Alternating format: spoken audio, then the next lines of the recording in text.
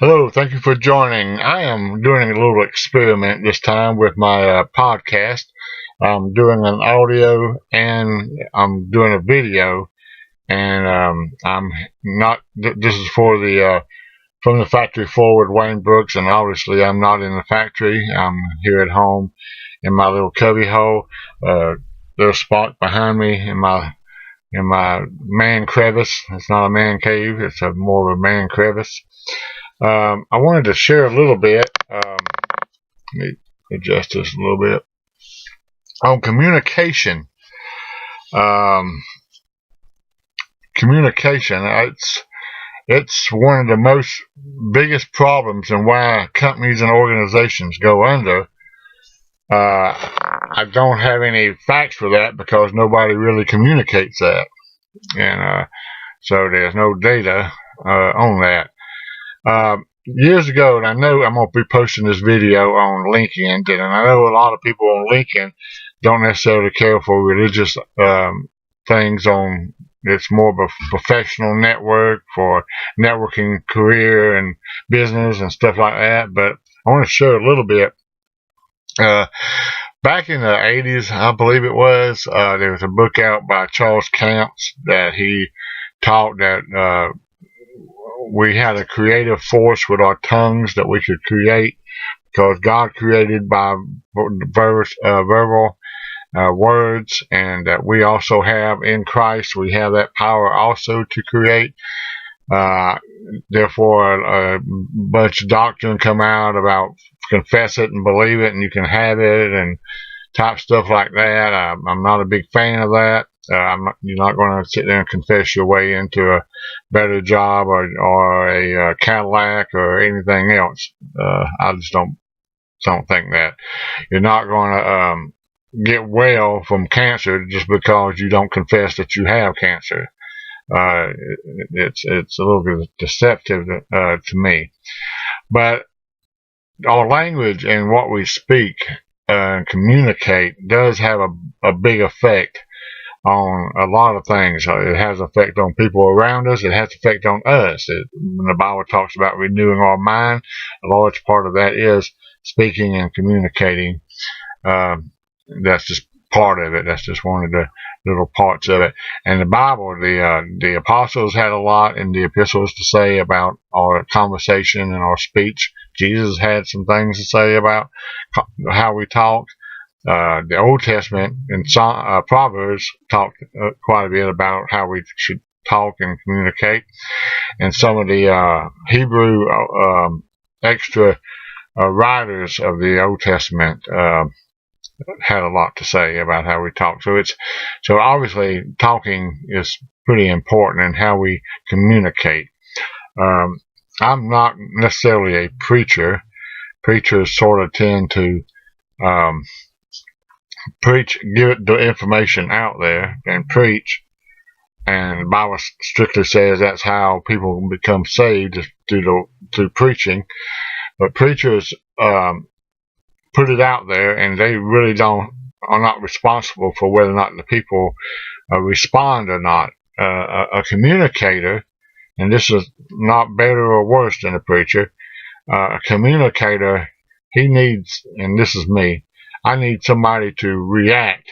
I need to see that I am getting the point across, or they are getting the message. I can't just go out and just take a bullhorn and preach to people on the street, because that's just, I have to get a reaction. And you may be wondering, well, you're doing a podcast, you don't see an audience. Well, and it does depress me a little bit that I don't see a lot of action on my podcast, or a lot of comments, or even I've dropped in the number of people that are listening. That sort of gets me down a little bit, and I'm trying not to hold myself responsible. I can't, I'm sort of leaving it to God. But anyway, back to, communication, I was told in community college in the communications course, communication is when you relay ideals and you get feedback from the person that you're communicating to. When you've done that, when you get that feedback, when you are that they're receiving it, that's when you communicated. Otherwise, you're just preaching. Years ago, also, years ago in a place I worked at, there was a guy there, and he was going to local community college getting his business degree. And he came in one day and told me how he was being taught that people in business and organizations sort of hoard their information, because information is power in these organizations. The person most important in your place of business is the person who knows that what's going on, and sees the big picture and everything.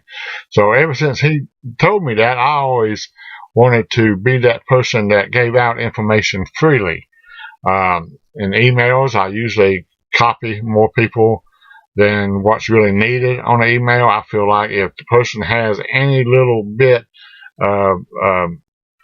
of interest or connection with what I'm talking about, they need to be copied in on it. And I think CC means carbon copy, but it actually means it should mean communication copy, communicating copy.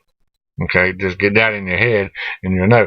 And when you copy somebody, and people who are being copied on an email should realize that you're not asking them to reply. So don't reply, thank you, or whatever. Just that clogs up the email system and you're not communicating.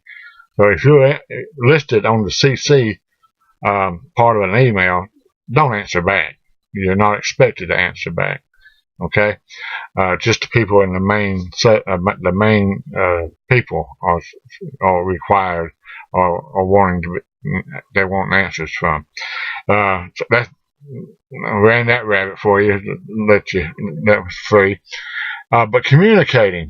I had some ideas going through my head on this subject, and it seems like I worked at quite a few places, and it seems like a lot of places that people just don't communicate, and they hoard that information.